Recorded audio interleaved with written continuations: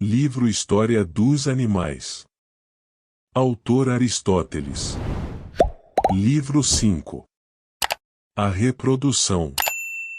Portanto, todas as partes, interiores e exteriores, que são comuns a todos os animais, e ainda questões relativas aos sentidos, à voz, ao sono, como também as características das fêmeas e dos machos, essa é matéria que já ficou tratada atrás. Falta analisar o modo de reprodução dos animais, desde o princípio. São muitos e variados os modos de reprodução. E se em alguns aspectos obedecem a regras diferentes, de uma certa maneira assemelham-se também. Uma vez que já se procedeu à classificação dos gêneros, é dentro do mesmo ponto de vista que tentaremos proceder agora ao seu estudo. Simplesmente, então tomamos como ponto de partida o ser humano, enquanto desta vez teremos de considerar a questão do homem no fim, por ser a mais complexa. Devemos começar, antes de mais, pelos testáceos, passar depois aos crustáceos e levar de seguida as outras espécies, ou seja, os cefalópodes e os insectos, depois os peixes, vivíparos e ovíparos, e as aves.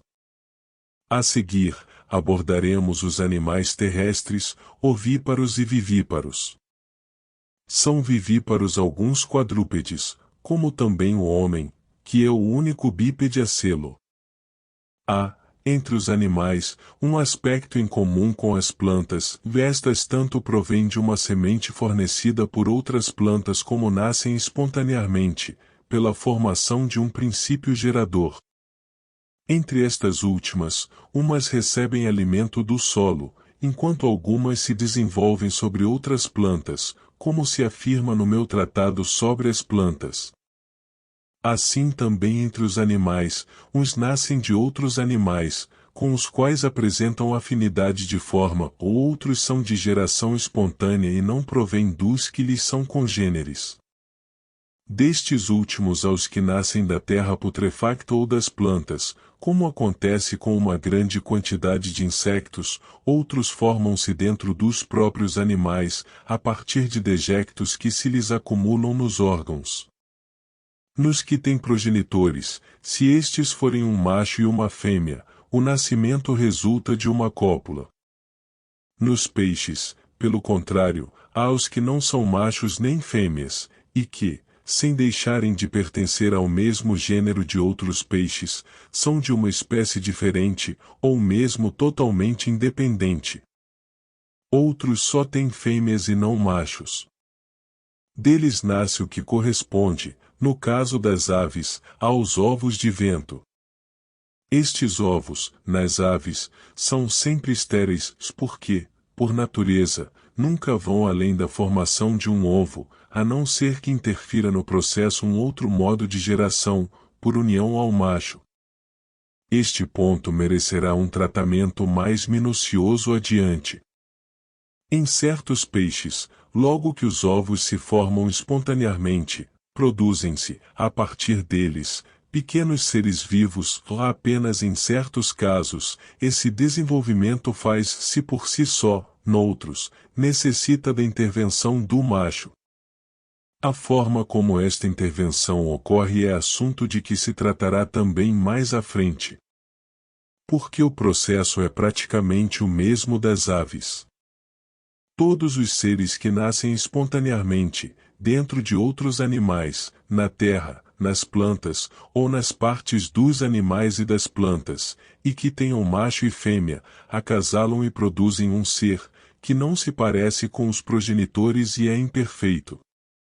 Assim, do acasalamento dos piolhos nasce o que se chama alêndia, das moscas, as larvas, das pulgas, as larvas ovoides, destes acasalamentos não nascem então seres com capacidade de gerar, nem nenhum outro ser propriamente dito, para além das tais larvas.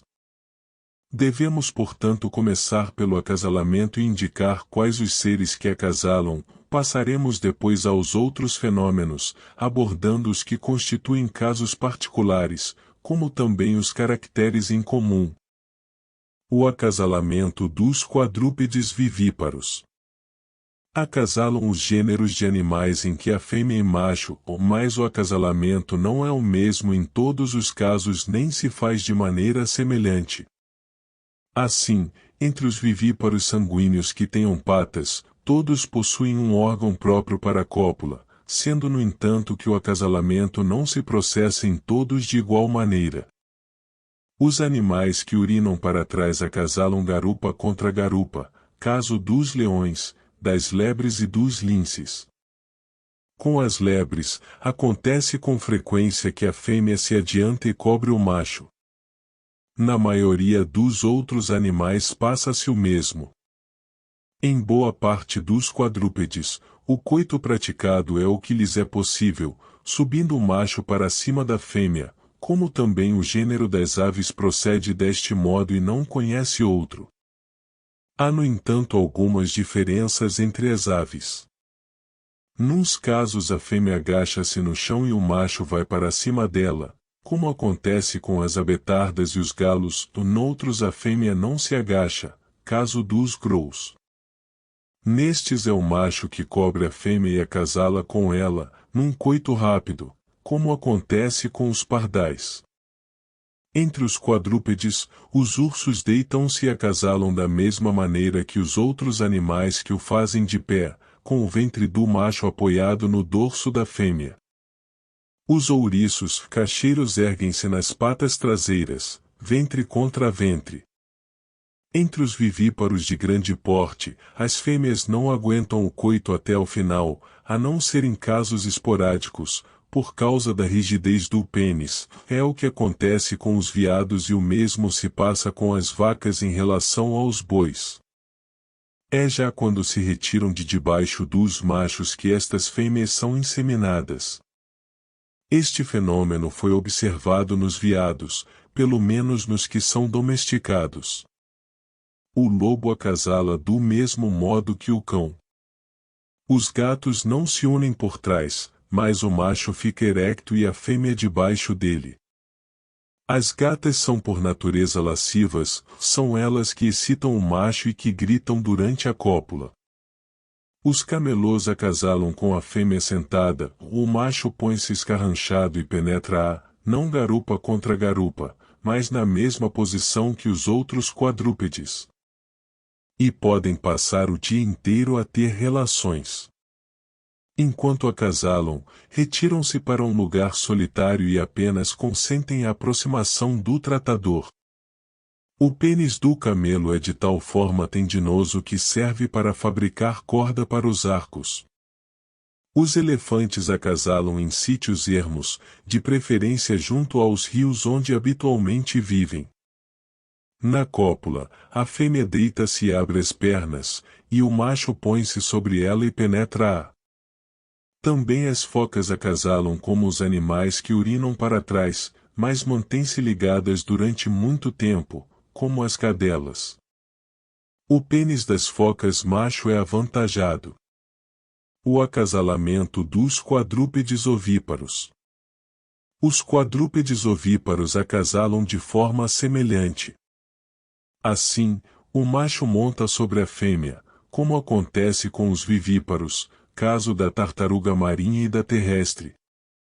Tem também um órgão em que convergem os respectivos canais e pelo qual se unem na cópula, caso dos sapos, das rãs e de outras espécies semelhantes. O acasalamento das serpentes. Os ápodes de corpo alongado, como as serpentes e as moreias, enroscam-se ventre contra ventre. As serpentes sobretudo enroscam-se de uma tal maneira umas nas outras que parecem constituir o corpo de uma única serpente com duas cabeças. Outro tanto se passa com os lagartos, que acasalam entrelaçando-se de modo semelhante. O acasalamento dos peixes. Todos os peixes, menos os celáceos, que são achatados, acasalam pondo-se de lado, ventre contra ventre. Os peixes chatos e com cauda, como a raia, a pastinag e outros semelhantes, não só se encostam um ao outro, como também o macho apoia o ventre sobre o dorso da fêmea, em todos aqueles para quem a cauda não constitui impedimento por tamanho excessivo. Os anjos do mar e todos os peixes com este tipo de cauda volumosa acasalam pelo simples esfregar de um ventre contra o outro. Há quem diga ter visto também alguns celáceos acasalarem por trás, como os cães. Em todos os celáceos, a fêmea é maior do que o macho. Como também em quase todos os outros peixes, as fêmeas são igualmente maiores. Pertencem aos celáceos, para além dos animais já referidos, a jamanta, o tubarão-sardo, o ratão, a tremelga, o tamboril e todos os esqualos. Há abundantes testemunhos de que os celáceos acasalam deste modo, e de facto, a cópula demora sempre mais tempo entre os vivíparos do que entre os ovíparos. Os golfinhos procedem do mesmo modo, como de resto todos os cetáceos. Encostam-se um ao outro de lado e o macho une-se à fêmea, numa cópula que tem uma duração que nem é curta nem longa. Em alguns celáceos, os machos diferem das fêmeas por terem dois apêndices junto ao orifício excretor, apêndices esses que as fêmeas não apresentam, por exemplo, entre os esqualos. Esta distinção aplica-se a todos os celáceos. Mas nem os peixes nem qualquer outro serápode possui testículos, quer nas serpentes quer nos peixes. Os machos têm dois canais que se enchem de esperma na altura do acasalamento e emitem, todos eles, um líquido leitoso. Estes canais reúnem-se num só, como acontece nas aves. Estas últimas têm os testículos no interior, como de resto todos os ovíparos com patas. Este canal único prolonga-se e penetra no órgão e no receptáculo da fêmea. Entre os vivíparos terrestres, um mesmo canal externo serve para o esperma e para a urina, ou dentro há canais separados, como se referiu atrás a propósito da diferença dos órgãos. Nos animais que não são vivíparos, o mesmo canal exterior passa a servir para a evacuação das fezes. Dentro do corpo, os dois canais são vizinhos entre si. A conformação é idêntica, nos animais deste tipo, nas fêmeas e nos machos. Assim, não tem bexiga, à exceção da tartaruga, que é um caso em que a fêmea, embora tenha bexiga, possui um só canal. Aliás, as tartarugas pertencem aos ovíparos. O acasalamento dos peixes ovíparos. O acasalamento dos peixes ovíparos é muito menos conhecido. Assim, a generalidade das pessoas pensa que as fêmeas são fecundadas por ingestão do sêmen dos machos. É verdade que muitas vezes se assiste ao seguinte: na altura do acasalamento, as fêmeas seguem os machos e procedem como se acabou de dizer. Batem-lhes no ventre com o focinho e eles têm uma expulsão de sêmen mais rápida e mais abundante. Na época da desova, são os machos que seguem as fêmeas, à medida que elas vão pondo os ovos, eles engolem-nos. Dos que ficam é que nascem os peixes. Na Fenícia, usam-se mesmo uns para capturar os outros. Usam-se as tainhas machos como isco para as fêmeas, para as atrair e as apanhar nas redes, e as fêmeas para capturar os machos. Situações dessas, que se observam com frequência, criaram a tal ideia que referimos sobre o acasalamento dos peixes, mas a verdade é que mesmo os quadrúpedes têm um comportamento semelhante. Assim, na época do acasalamento, estes têm corrimento, tanto machos como fêmeas, e farejam-se mutuamente os órgãos genitais. As perdizes, se as fêmeas apanharem o ar que vem dos machos, são fecundadas. Muitas vezes basta até que elas ouçam a voz do macho, se estiverem no cio, ou que este as sobrevoe e respire sobre a fêmea. De resto, fêmea e macho ficam de bico aberto e estendem a língua para fora enquanto acasalam. Mas a verdadeira forma de os peixes ovíparos acasalarem observa-se muito raramente, devido à rapidez com que se separam depois da aproximação. Já se constatou, no entanto, que a cópula se processa entre eles da forma que referimos. O acasalamento dos cefalópodes. Os cefalópodes, como os polvos, os chocos e as lulas, acasalam todos da mesma maneira, unem-se pela boca, entrelaçando os tentáculos. O polvo, quando apoia no chão a chamada cabeça e estende os tentáculos, o parceiro coloca-se-lhe sobre os tentáculos estendidos, de modo a juntarem as respectivas ventosas umas com as outras. Há também quem defenda que o macho possui uma espécie de pênis num dos tentáculos, naquele onde se encontram as duas ventosas maiores. Este órgão seria como uma espécie de tendão, aderindo completamente ao tentáculo até a parte central e penetrando com ele na cavidade da fêmea. Os chocos e as lulas nadam juntos, depois de enlaçados, com as bocas e os tentáculos encostados, face a face, uns contra os outros, mas nadando em sentido contrário. Encostam também, um contra o outro, a chamada cavidade palial. Mas um nada para trás e o outro no sentido da boca. A fêmea desova pelo que se designa por funil, que serviria também, na opinião de alguns, para a cópula. O acasalamento dos crustáceos. Os crustáceos, lagostas, lavagantes, camarões e outros animais do mesmo gênero se acasalam como os quadrúpedes que urinam para trás, enquanto um levanta a cauda, o outro encosta-lhe a sua. O acasalamento dá-se no início da primavera, perto de terra, o que permite que já se tenha observado o acasalamento de todos estes animais, por vezes, dá-se também quando os figos começam a ficar maduros. Os lavagantes e os camarões acasalam da mesma maneira. Pelo contrário, os caranguejos unem-se pelas partes anteriores, encostando uns aos outros os abdômenes. Primeiro o caranguejo mais pequeno cobre o outro por trás, depois de ele se lhe ter posto em cima, o parceiro maior volta-se de lado. Há só um pormenor em que a fêmea difere do macho: o abdômen é maior na fêmea, mais destacado e mais peludo, é aí que elas depositam os ovos e também por esse sítio que evacuam os excrementos. Mas não há propriamente penetração de um no outro.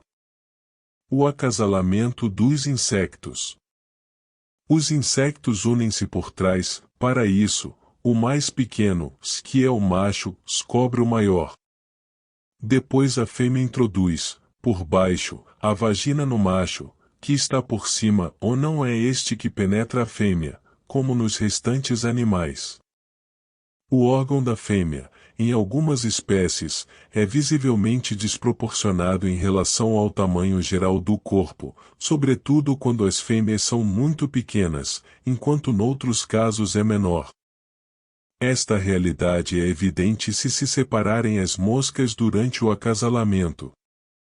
É de resto difícil separar os dois parceiros um do outro, porque a cópula nestes animais dura muito tempo. É o que se pode constatar nos insectos comuns, as moscas e as cantáridas. Todos acasalam do modo que referimos: as moscas, as cantáridas, as baratas, as tarântulas, e todos os outros seres semelhantes que acasalam. As tarântulas, pelo menos as que fazem a teia, realizam a cópula da forma seguinte: enquanto a fêmea puxa, do meio da teia, os fios distendidos, o macho faz outro tanto mais em sentido contrário. Depois de proceder a esta manobra várias vezes, aproximam-se e unem-se por trás, porque, devido à configuração redonda do ventre, este é o modo de cópula que se lhes ajusta melhor. Épocas do acasalamento. É este o processo por que se efetua a cópula em todos os animais, mas a época e a idade em que ela se processa é fixa para cada espécie.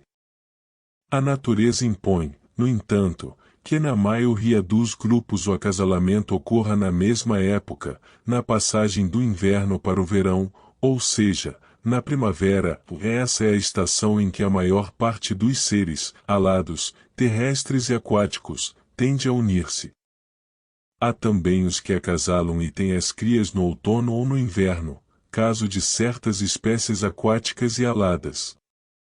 Mas é sobretudo o homem o ser que tem relações em qualquer estação do ano, como acontece também com os animais que vivem em contato com ele, o que lhes proporciona calor e boa alimentação. Todos estes são animais de gestação curta, caso do porco e do cão. O outro tanto se passa com as aves, que põem ovos com frequência.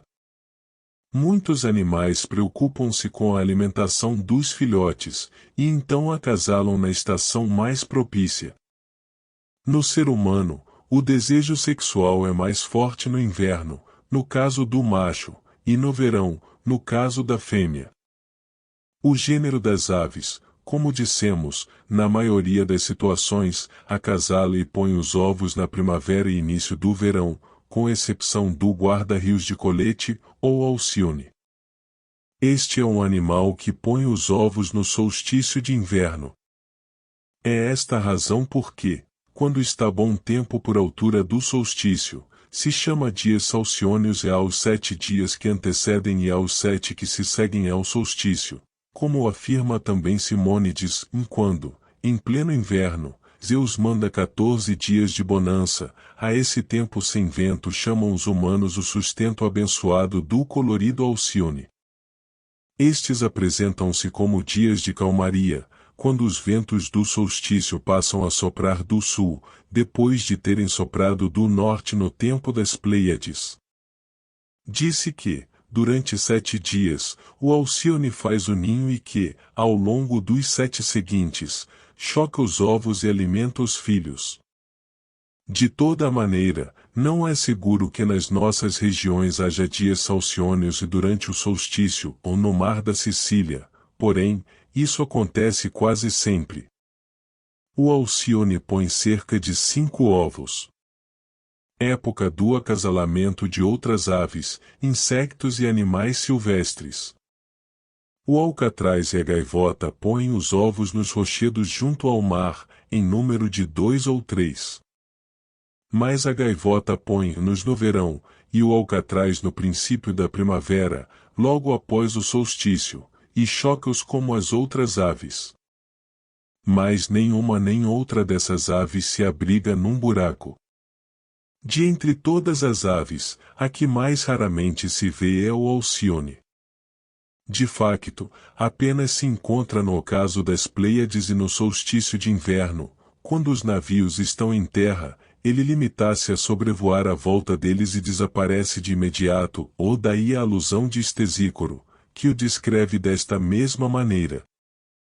Também o rouxinol põe os seus ovos no início do verão, em número de 5 ou 6.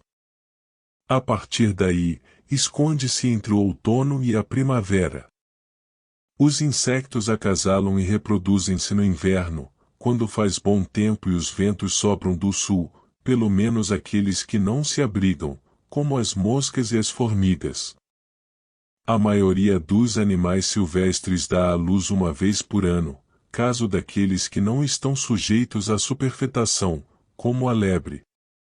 Época do acasalamento dos peixes. Do mesmo modo, grande parte dos peixes só se reproduz uma vez por ano, caso dos que nadam em bancos, se é esta a designação que se usa para os que se apanham com rede, o atum, a sereia, a tainha, o calces, a cavala, o calafate, a sole e outros do gênero, menos o peixe-lobo. Este é o único de entre os peixes que desova 2 vezes, mas em menos quantidade na segunda ocasião. A sardinha, do mesmo modo que os animais que vivem nos rochedos, desova 2 vezes por ano e a cabra, 3.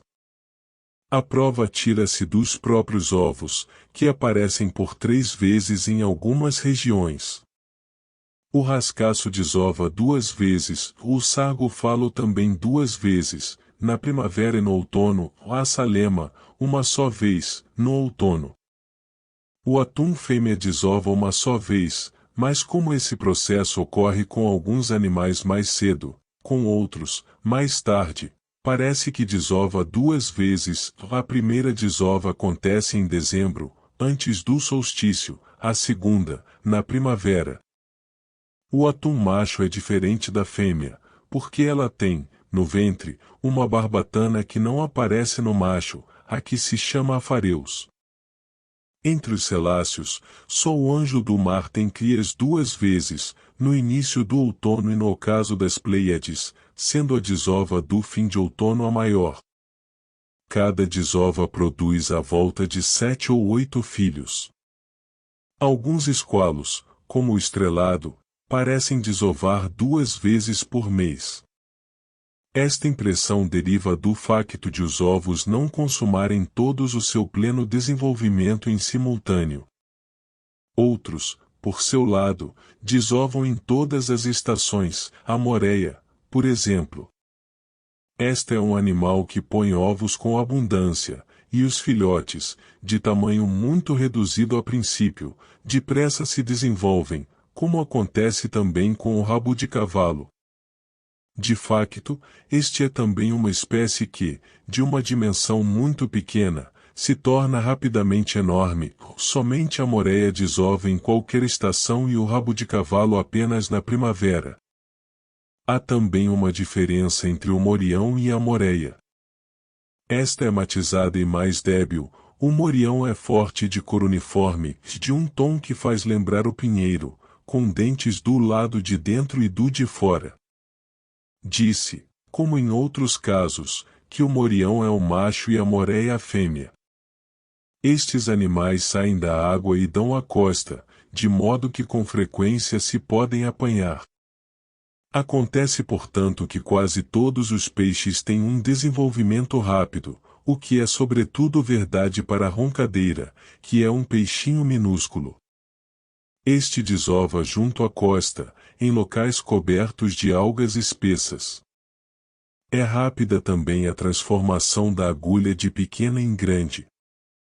As sereias e os atuns desovam no ponto e em nenhum outro lugar. As tainhas, as douradas e os peixes-lobos fazem-no sobretudo na embocadura dos rios, os atuns voadores, os rascaços e muitas outras espécies, no mar alto. A maior parte dos peixes desova no intervalo de 3 meses, no moníquio, no targélio e no escritório.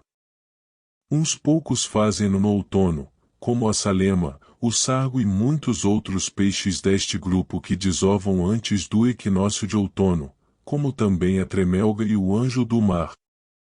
Alguns desovam no inverno e no verão, como se disse acima ou assim, fazem-no no inverno o peixe-lobo e a tainha, a agulheta, no verão, durante o mês do hecatombel, e, por volta do solstício de verão, a fêmea do atum. Esta põe uma espécie de saco com uma grande quantidade de ovos pequenos. Os peixes que se deslocam em bancos desovam também no verão. De entre as tainhas, começam a pôr ovos no mês de Posidon a liça, o chamado ranhoso e o barbudo. A gestação destes dura 30 dias. Mas há certas tainhas que não nascem de um acasalamento, antes se produzem a partir do lodo e da areia. Quer dizer, portanto, que, na sua maioria, os peixes desovam na primavera, mas há os também, como dissemos, que o fazem no verão, no outono ou no inverno.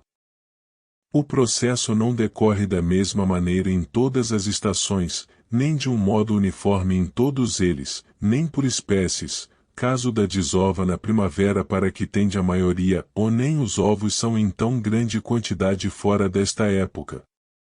Em geral, é necessário ter em conta que, se entre as plantas e os animais quadrúpedes, os lugares produzem diferenças fundamentais, não só no que respeita à salubridade do organismo, como também a frequência do acasalamento e a reprodução, outro tanto se passa com os peixes. Os lugares só por si justificam grandes diferenças no que se refere ao tamanho e à nutrição, como também as crias e ao acasalamento, de onde resulta que os mesmos peixes se podem reproduzir mais vulgarmente num sítio do que noutro. Época da reprodução dos cefalópodes e dos testáceos. Também os cefalópodes se reproduzem na primavera, e é o choco, de entre as espécies marinhas, um dos primeiros a pôr ovos. Põe-nos a qualquer hora e o período de gestação é de 15 dias. Quando a fêmea põe os ovos, o macho, que a segue, lança-lhes por cima um jacto de sêmen, que os faz endurecer. Os chocos andam aos pares, o macho é mais pintalgado do que a fêmea e tem o dorso mais escuro. O polvo acasala no inverno, desova na primavera e mantém-se oculto durante 2 meses. Põe ovos em forma de verruma, semelhantes ao fruto do chopo. É um animal muito fértil, porque da massa dos ovos nasce uma imensidade de filhotes. O macho distingue-se da fêmea por ter a cabeça mais alongada e pelo órgão a que os pescadores chamam pênis, de cor branca implantado num tentáculo. A fêmea, depois de desovar, choca os ovos. É essa a razão por que os polvos baixam então de qualidade, porque não procuram alimento durante esse período. Os búzios nascem igualmente na primavera e os búzios fêmeas no fim do inverno. De uma forma geral, os testáceos apresentam o que se designa por ovos na primavera e no outono, exceção feita aos ouriços comestíveis. É sobretudo nestas estações que estes últimos têm os ovos, mas têm-nos também fora delas, sobretudo por ocasião de lua cheia e nos dias quentes, salvo os do Estreito de Pirra. Estes últimos são bem melhores no inverno. São pequenos, mas carregados de ovos. É evidente também que os caracóis, todos eles, se reproduzem igualmente nesta estação. Época da reprodução das aves. De entre as aves, as que são selvagens, como dissemos, se acasalam e põem na sua maioria uma só vez por ano, apesar de a andorinha e o melro terem 2 posturas. No caso do melro, a primeira ninhada morre por causa da invernia, porque de entre todas as aves é ele que põe ovos mais cedo, mas consegue levar a bom termo a segunda. No caso das aves domésticas ou das que se podem manter em cativeiro, reproduzem-se por várias vezes, como os pombos, que o fazem durante todo o verão, e o gênero dos galináceos. Assim, os machos cobrem e as fêmeas deixam-se cobrir e põem ovos em todas as estações, com exceção dos dias do solstício de inverno. Entre as columbinas há diferentes variedades, assim, são distintos o pombo comum e o pombo bravo. O pombo bravo é mais pequeno, enquanto o pombo comum é mais fácil de domesticar. O primeiro é de um tom escuro, pequeno, de patas vermelhas e rugosas, dele ninguém faz criação. Por outro lado, de entre os pombos o maior é o pombo torcaz e a seguir o pombo ruivo, este último pouco maior do que o pombo comum. De todos, o mais pequeno é a rola. Os pombos comuns põem ovos e alimentam as crias em qualquer estação, se tiverem um local soalheiro e a comida necessária.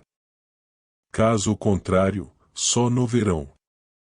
As crias da primavera ou do fim do outono são as melhores.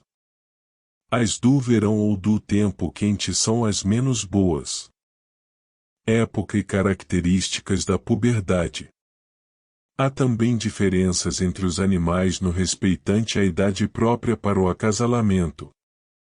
Antes de mais, na grande maioria, a capacidade de gerar não coincide com a da segregação do esperma, mas é-lhe posterior. De facto, em todas as espécies, o esperma dos seres mais novos é primeiro estéril e, mesmo quando se tornam capazes de fecundar, as crias são débeis e mais pequenas. Isso é sobretudo visível no homem, nos quadrúpedes vivíparos e nas aves. Desses os primeiros têm as crias mais fracas, as outras, os ovos mais pequenos. Nos gêneros em que os indivíduos acasalam, a idade da cópula é, na maioria dos casos, sensivelmente a mesma, salvo a possibilidade de antecipação devida a um estado anormal, ou de atraso graças a um acidente de natureza fisiológica. No que se refere ao ser humano, essa idade é assinalada por uma mudança na voz, nos órgãos genitais, não apenas em tamanho, mas também na forma, como também nas mamas e sobretudo pelo aparecimento dos pelos púbicos. O esperma forma-se por volta dos 14 anos, e a idade fértil começa a cerca dos 21. Nos outros animais não crescem pelos púbicos, já que uns não têm mesmo pelos, e outros os não apresentam na parte abdominal ou os têm aí em menor quantidade do que na dorsal, mas a voz, em alguns, sofre uma mudança considerável. Nos restantes animais outras partes do corpo manifestam o aparecimento do esperma e da capacidade para a fecundação. De um modo geral, a fêmea, na maioria dos animais, tem uma voz mais aguda, como também os mais jovens em relação aos mais velhos, assim, os veados têm a voz mais grave do que as corças. Os machos balem na época do acasalamento, e as fêmeas, por efeito do susto. Por outro lado, o balido da fêmea é curto e o do macho prolongado. Também nos cães, com o envelhecimento, a voz torna-se mais grave. Há igualmente diferenças no relincho dos cavalos, desde que nascem que as fêmeas têm uma voz mais suave e mais curta, os machos começam por ter um relincho curto, mas mesmo assim mais forte e mais grave do que o das fêmeas, com o tempo vai se tornando mais potente. Quando chegam aos 2 anos de idade e começam a acasalar, o macho emite uma voz forte e grave, a fêmea, uma voz mais poderosa e mais sonora do que antes, o que é comum na maior parte dos casos até aos 20 anos. Passada essa idade, a voz enfraquece, tanto nos machos como nas fêmeas. Portanto, na maior parte das situações, como acabamos de afirmar, a voz dos machos difere da das fêmeas, sendo que os machos emitem uma voz mais grave do que elas, em todos os animais cuja voz se prolonga. Mas esta não é a situação de todos os animais, com alguns, como os bois, por exemplo, passa-se exatamente o contrário. Nesse caso é a fêmea que tem a voz mais grave do que o macho, e os vitelos um mugido mais forte do que os animais adultos. É por isso que, depois da castração, a voz se altera, ao contrário das outras espécies, e isto porque o animal castrado tem características de uma fêmea. Idade do acasalamento. Passemos agora à questão da idade em que os animais acasalam. A ovelha e a cabra acasalam e têm crias desde o primeiro ano de vida, a cabra, sobretudo. Os machos acasalam também pela mesma idade. Mas os produtos dos machos apresentam uma diferença em relação às outras espécies, os machos tornam-se melhores reprodutores à medida que avançam na idade. O porco deixa-se cobrir e cobre a partir dos 8 meses e a fêmea procria com 1 ano, se a diferença corresponde ao período de gestação. O macho pode fecundar com 8 meses, mas as crias que produz são fracas antes de ele atingir 1 ano de idade. Contudo, como dissemos, a idade não é a mesma em todas as situações, há casos em que os porcos acasalam aos 4 meses, de forma que as porcas procriam e amamentam aos 6 meses, noutros, os varrascos começam a acasalar aos 10 meses e são bons reprodutores até aos 3 anos. O cão e a cadela, na maioria dos casos, acasalam com 1 ano, mas por vezes a cópula dá-se aos 8 meses. Esta antecipação acontece mais com os machos do que com as fêmeas. Estas andam prenhes durante 61, 62 ou 63 dias, no máximo, mas nunca menos de 60.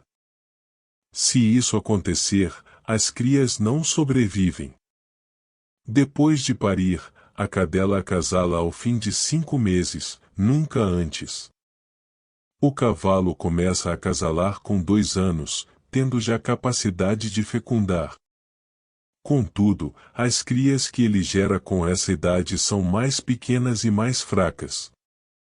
Na grande maioria dos casos, o acasalamento acontece aos 3 anos e as crias vão se tornando cada vez melhores até aos 20 anos dos progenitores. O garanhão cobre até aos 33 anos, a égua deixa-se cobrir até aos 40, pelo que a atividade sexual mantém-na durante praticamente a vida inteira. De facto, o macho vive em geral 35 anos e a fêmea mais de 40. Já houve mesmo um cavalo que durou até aos 75 anos. Os burros acasalam aos 30 meses. Mas em geral não se reproduzem antes dos 3 anos, 3 anos e meio. Mas já houve uma fêmea que concebeu com 1 ano e que alimentou a sua cria. Houve também uma vaca que pariu com 1 ano e criou o seu vitelo, este atingiu o tamanho possível e não cresceu mais.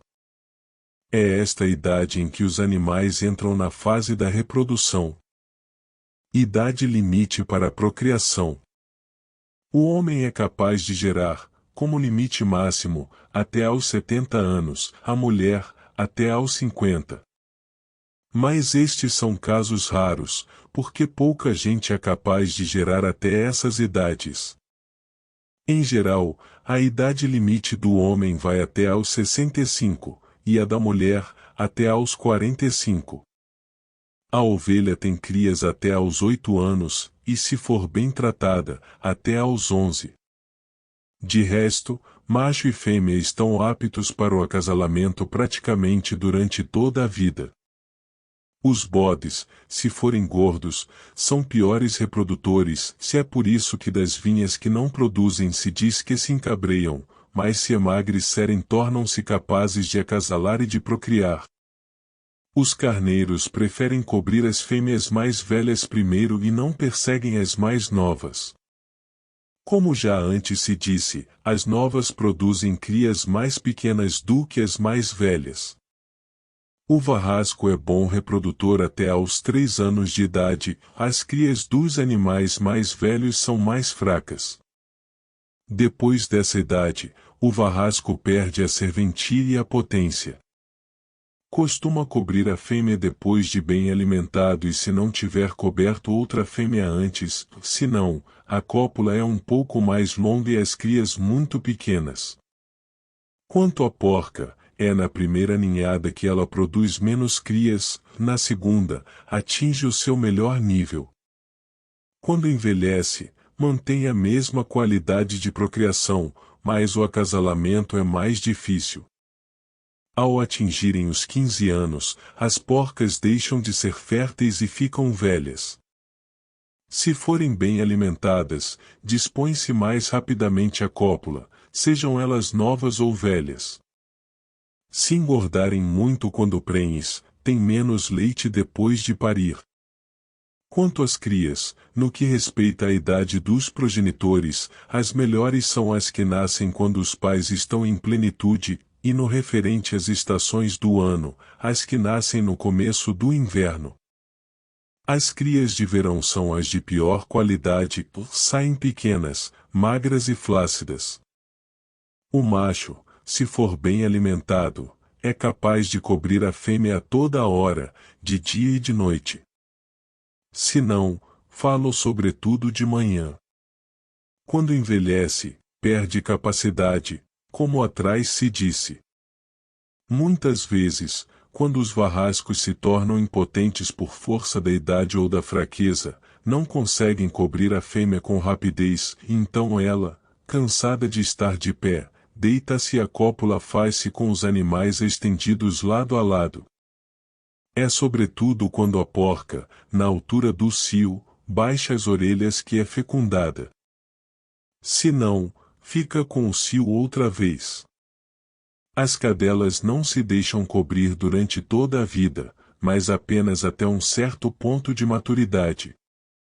No entanto, na maior parte dos casos, acasalam e procriam até aos 12 anos. Mas é facto conhecido cadelas com 18 ou 20 anos serem cobertas e cães acasalarem com a mesma idade. A velhice, porém, retira-lhes a capacidade de fecundar ou de procriar, como acontece com os outros animais. O camelo é um animal que urina para trás e por isso a fêmea é coberta do modo que acima se descreveu. O tempo do acasalamento é, na Arábia, o mês do memactério. A gestação dura 12 meses, para parir uma única cria, ou de facto, este é um animal uníparo. A fêmea começa a acasalar com 3 anos e o macho com idade semelhante. Depois de parir, a fêmea precisa de 1 ano para se deixar cobrir outra vez. O elefante fêmea começa a permitir a cobrição nunca antes dos 10 anos nem para além dos 15. O macho, porém, pode cobrir com 5 ou 6 anos. A época em que acasalam é a primavera. Depois da cópula, o macho só volta a cobrir 2 anos mais tarde, mas não se aproxima mais da fêmea que antes fecundou. A gestação dura 2 anos e produz uma só cria. Trata-se também de um uníparo. O filhote, na altura do nascimento, é de um tamanho equivalente ao de um vitelo de 2 ou 3 meses. A reprodução dos testáceos. É este o processo por que acasalam os animais que praticam a cópula. Mas importa considerar também a reprodução das espécies que não acasalam, como se considerou a das que acasalam, começando pelos testáceos. O que se passa é que este é, por assim dizer, o único gênero animal que, na sua totalidade, não acasala. Os búzios reúnem-se em grande número, num mesmo lugar, durante a primavera, e aí produzem os chamados favo de mel. Trata-se de uma espécie de favo, apenas não tão liso, que constitui um gênero de agregado de vagens brancas. Nenhuma dessas vagens apresenta qualquer abertura e não é delas que os búzios nascem. Formam-se, isso sim, como os outros testáceos, do lodo em putrefacção. Esta cera apresenta-se como uma secreção nos búzios e nos búzios fêmeas, pois também estes produzem a mesma cera. Assim, os testáceos que a segregam reproduzem-se do mesmo modo que os outros testáceos, mas com maior abundância quando os seus congêneres os tiverem precedido num determinado lugar. De facto, quando começam a produzir a cera, emitem uma mucosidade viscosa de que se forma uma espécie de vagem. Depois, todas essas vagens se dissolvem e deixam escapar o seu conteúdo para o fundo do mar. Nesse lugar nascem, no fundo, aglomerados de búzios minúsculos, que se encontram presos aos que se pescam, sendo que alguns ainda nem mesmo apresentam uma forma definida. Se se apanharem os búzios antes de eles produzirem a cera, acontece por vezes que eles a depositam nos cestos, e não num lugar qualquer, mas acumulada num ponto determinado, como se estivessem no mar, estes amontoados de cera, devido ao espaço apertado em que se encontram, tomam o aspecto de uma espécie de cacho de uvas. Há diversos tipos de búzio, uns grandes, como os de sigil e dilecto, outros pequenos, como os do Euripo e da região da Cária. Os que se encontram nos golfos são grandes e rugosos, tendo, na grande maioria, as flores de um tom escuro, ainda que alguns a apresentem vermelha e pequena. Há os de grandes dimensões que chegam a atingir uma mina de peso. Pelo contrário, os que se encontram na areia e em torno dos promontórios são de tamanho pequeno e com as flores avermelhada. Em locais voltados a norte são geralmente negros, se virados a sul, vermelhos. Pescam-se na primavera, na altura em que produzem a cera. Durante o tempo quente não se apanham, porque nessa altura não procuram alimento, e escondem-se e mantêm-se abrigados. As flora têm no intervalo entre o hepatopâncreas e o pescoço, órgãos esses muito ligados entre si. Quanto à cor, lembra de uma membrana esbranquiçada, e é esta a parte que se retira. Se espremer, ela tinge e pinta a mão. O animal é atravessado por uma espécie de veia e é aí que parece constituir-se as flor. O resto do tecido dá a ideia de uma substância semelhante ao alômen. É quando os búzios produzem cera que as flor têm pior qualidade. De toda a maneira, os búzios de pequenas dimensões são esmagados com casca e tudo, porque não é fácil soltá-los. Em contrapartida, os grandes, tira-se-lhes a casca e extrai-se-lhes as flor. Para isso afasta-se o pescoço do hepatopâncreas, já que as flores se situam entre eles, por cima do que se chama ventre. Para retirar as flor, essa separação é indispensável.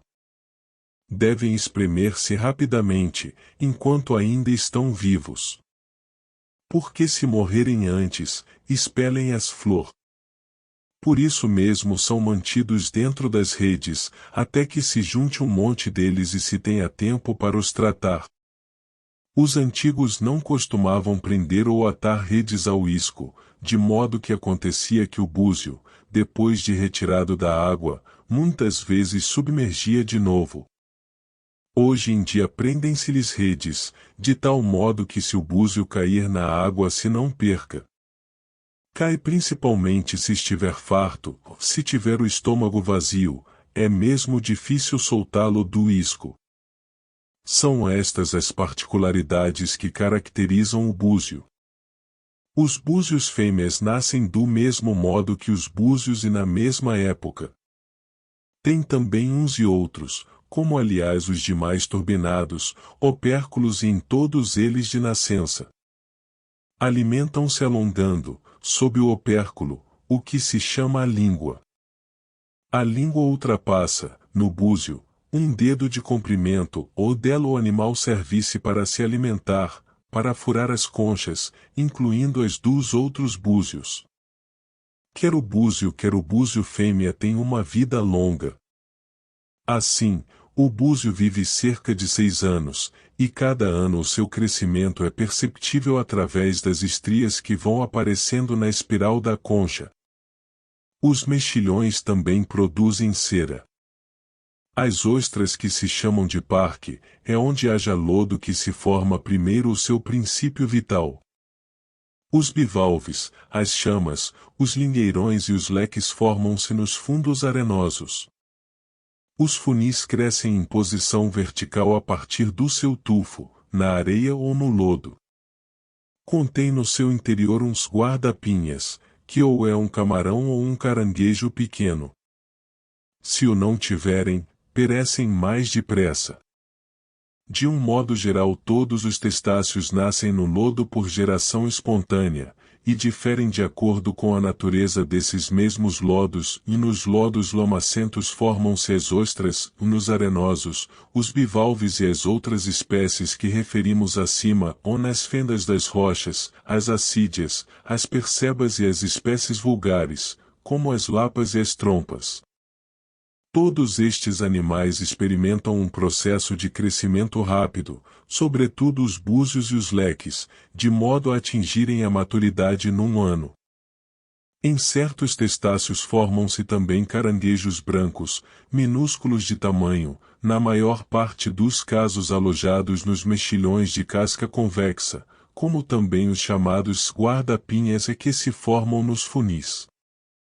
Mas existem ainda nos leques e nas ostras de parque.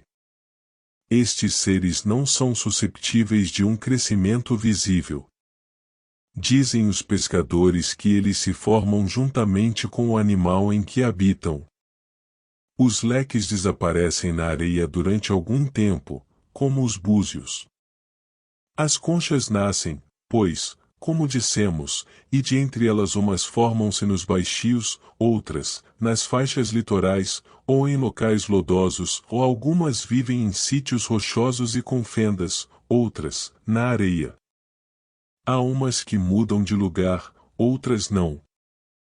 Entre estas últimas, os funis estão presos ao fundo pela raiz, enquanto os lingueirões e os bivalves, mesmo sem raiz, se mantêm também fixos, quando se retiram do seu meio natural, não sobrevivem.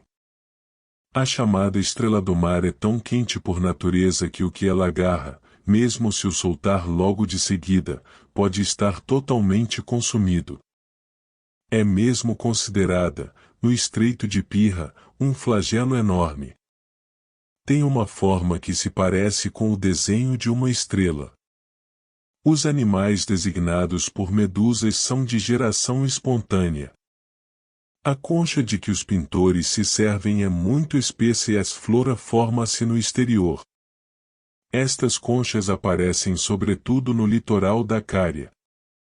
O Bernardo eremita forma-se originariamente na terra e no lodo, depois enfia-se numa concha vazia e, quando cresce, muda-se outra vez para uma concha maior, como por exemplo a da trompa, a dos borrelhos ou de outros animais do gênero, e muitas vezes também a dos búzios fêmeas pequenos.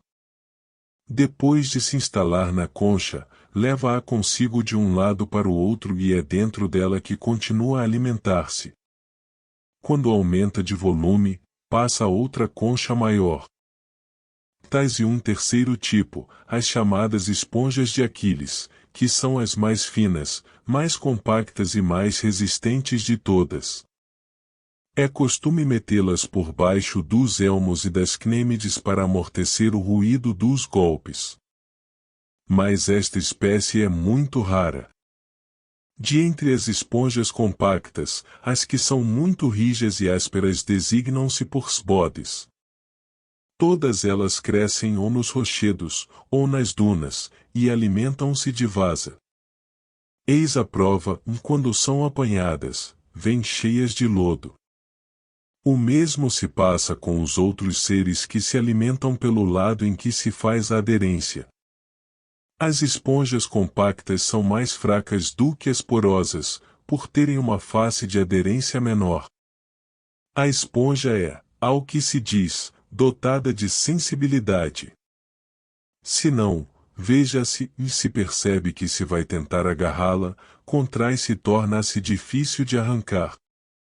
E tem a mesma reação se houver vento forte ou ondulação, para não ser arrastada.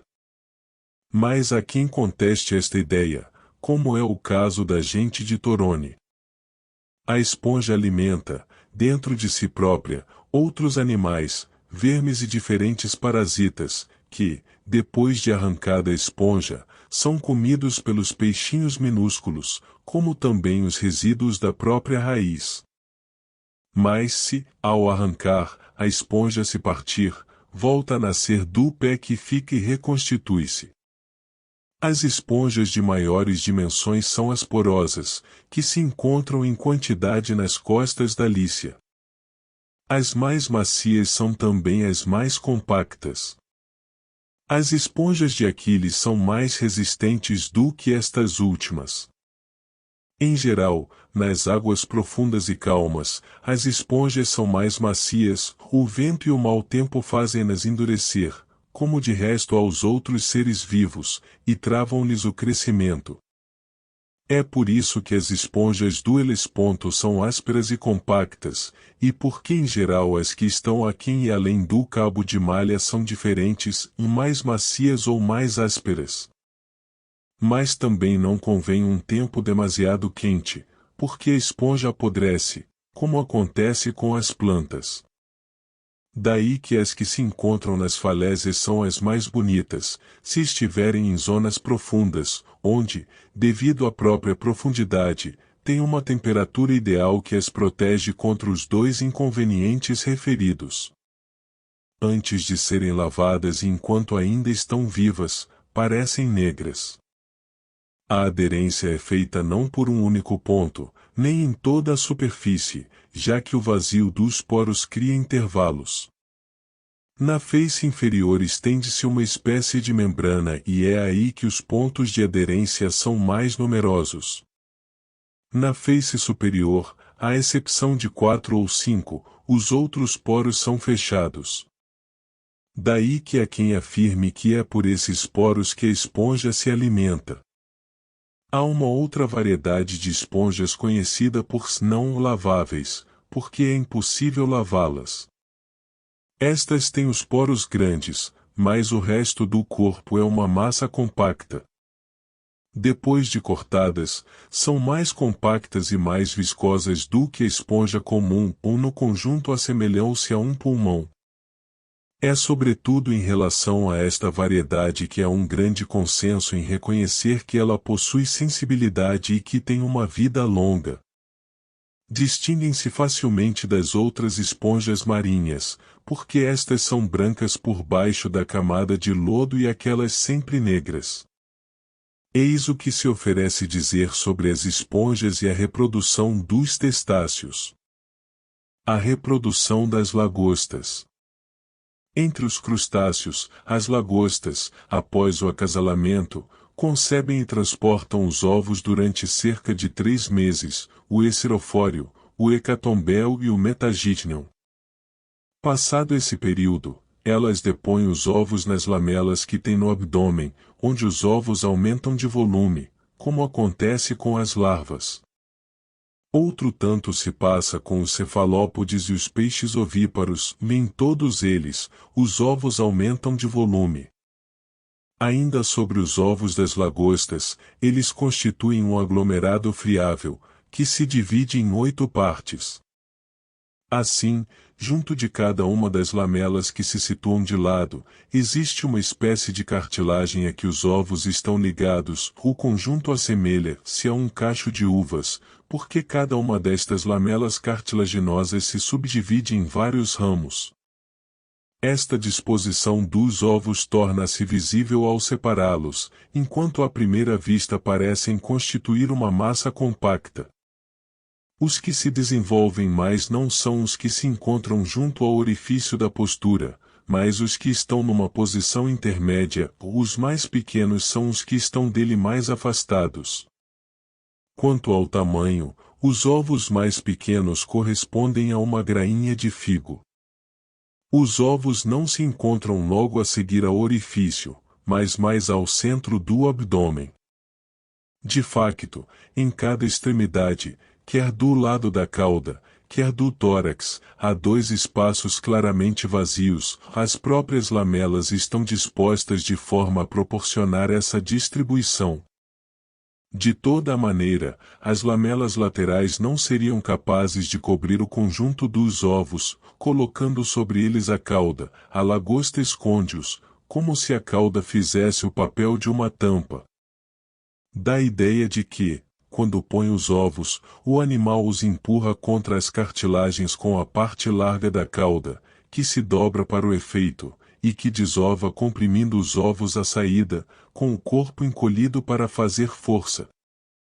Nessa altura, as cartilagens aumentam de tamanho e passam a funcionar como o receptáculo dos ovos.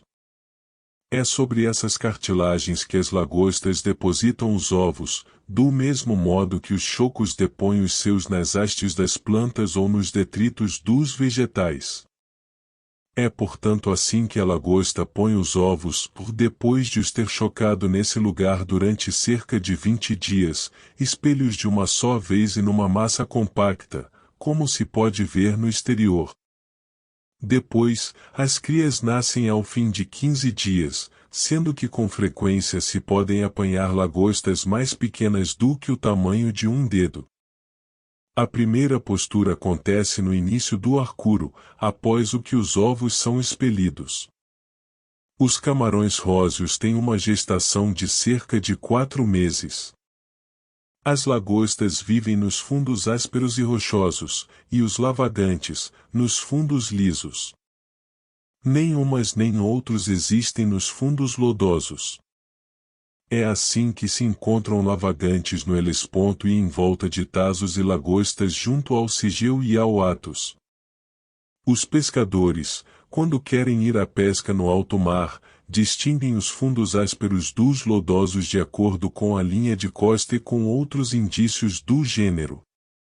No inverno e na primavera, estes animais encontram-se de preferência junto à costa ou no verão, no mar alto, porque procuram, no primeiro caso, o calor, e neste último, a frescura.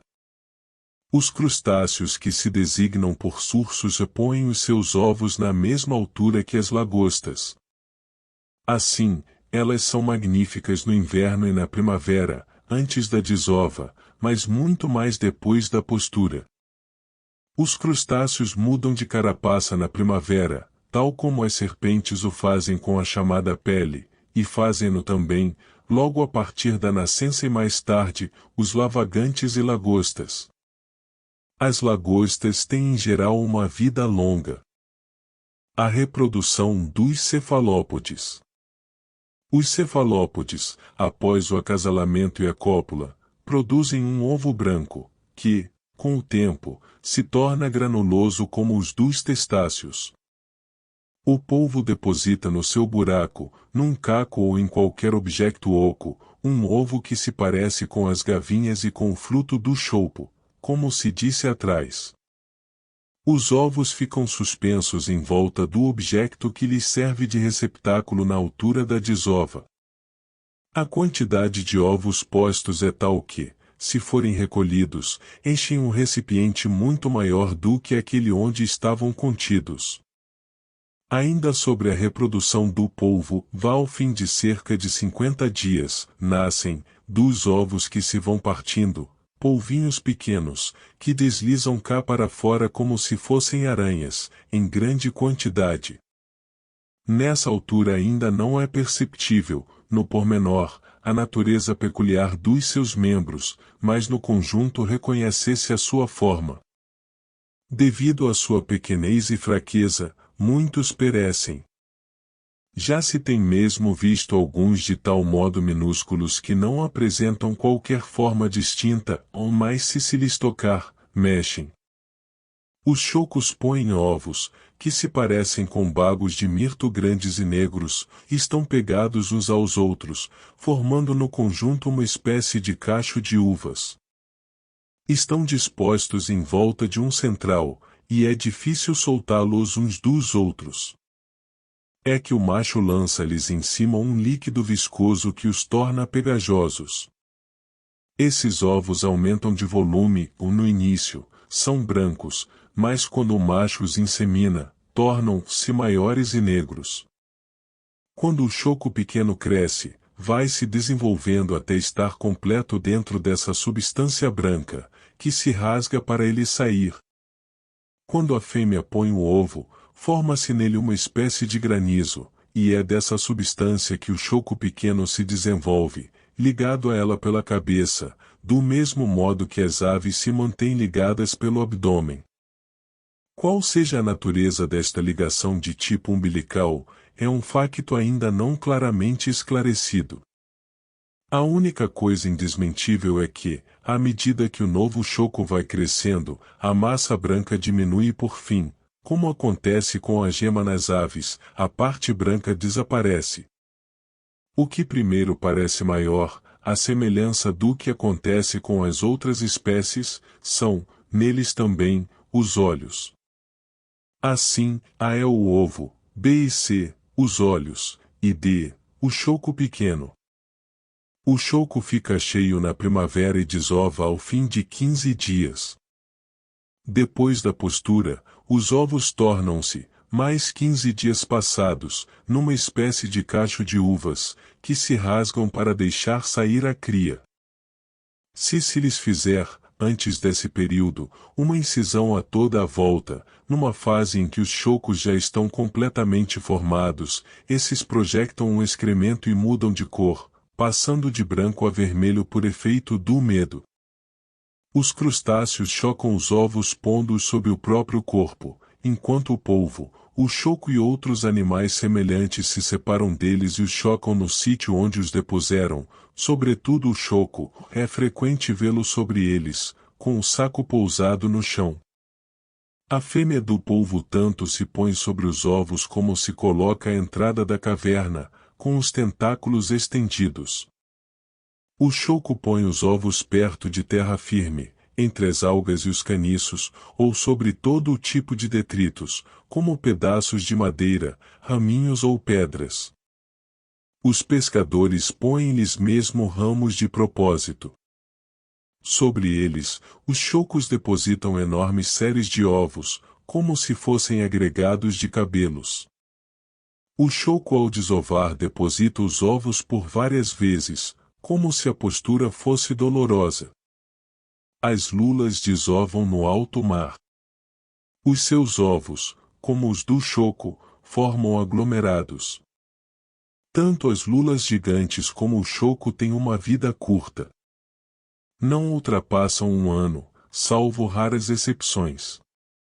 O mesmo se passa com os polvos. De cada ovo sai apenas um choco minúsculo, da mesma forma que com as lulas. O macho da lula é distinto da fêmea, esta, se abrir ao meio e se observar a zona branquial que tem dentro, apresenta duas massas vermelhas, como uma espécie de tetas, que o macho não possui. A mesma diferença se encontra também no choco, além de que o macho é mais matizado do que a fêmea, como atrás se disse. A reprodução dos insectos. Sobre os insectos referimos acima que os machos são mais pequenos do que as fêmeas e que lhes sobem para o dorso. Falamos também do modo como se processa o acasalamento e da dificuldade em separar os parceiros. Mas depois do acasalamento, a postura acontece rapidamente. Todos os insectos que acasalam produzem larvas, menos um certo tipo de borboletas, essas concebem um corpo duro, parecido com um grão de cártamo, mas cheio de líquido por dentro. Das larvas vem a constituir-se um animal, não com origem numa só parte, como acontece com os ovos, é a larva no seu conjunto que se desenvolve e que, à medida que os seus membros se diferenciam, produz o animal. Há insectos que provêm de animais que lhes são semelhantes, assim, as tarântulas e as aranhas têm origem em tarântulas e em aranhas, como também os grilos, os gafanhotos e as cigarras.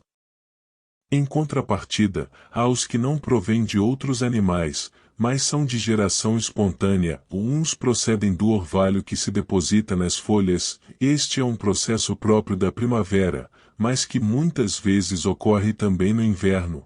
Quando está bom tempo e o vento sopra de sul durante vários dias, outros provêm da vasa ou dos excrementos pútridos, outros, da madeira, ainda verde ou já seca, outros, dos pelos, da carne ou dos excrementos dos animais, quer de substâncias já expelidas ou das que ainda se encontram dentro do corpo do animal, como é o caso dos chamados vermes intestinais. Há, entre eles, 3 variedades, os designados por achatados, os redondos, e em terceiro lugar, as ascárides. Das duas últimas nenhuma outra coisa se origina, só a achatada, que se mantém presa aos intestinos, produz uma espécie de pevide de abóbora, é este o vestígio que leva os médicos a reconhecerem a presença deste verme. Os insectos que dão pelo nome de borboletas provêm de lagartas, que se criam nas folhas verdes, sobretudo nas do rábano, a que há quem dê o nome de couve. São primeiro mais pequenas do que um grão de milho, tornam-se depois em larvas minúsculas que vão crescendo e finalmente, ao fim de 3 dias, em pequenas lagartas. Depois dessa fase, terminado o crescimento, ficam imóveis, mudam de forma e passam a chamar-se crisálidas, apresentam um invólucro duro e mexem-se quando se lhes toca. A aderência faz-se por uns ligamentos finos, tipo fios de teia de aranha, e não tem boca nem qualquer outro órgão perceptível.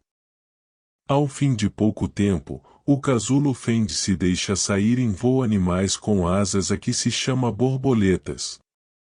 Assim, numa primeira fase, quando são ainda lagartas, consomem alimentos e expelem excrementos, pelo contrário, quando se tornam crisálidas, nem ingerem nem expelem nada, O mesmo se passa com todos os insectos que nascem de larvas, quer estas provenham de acasalamento ou se originem sem ele.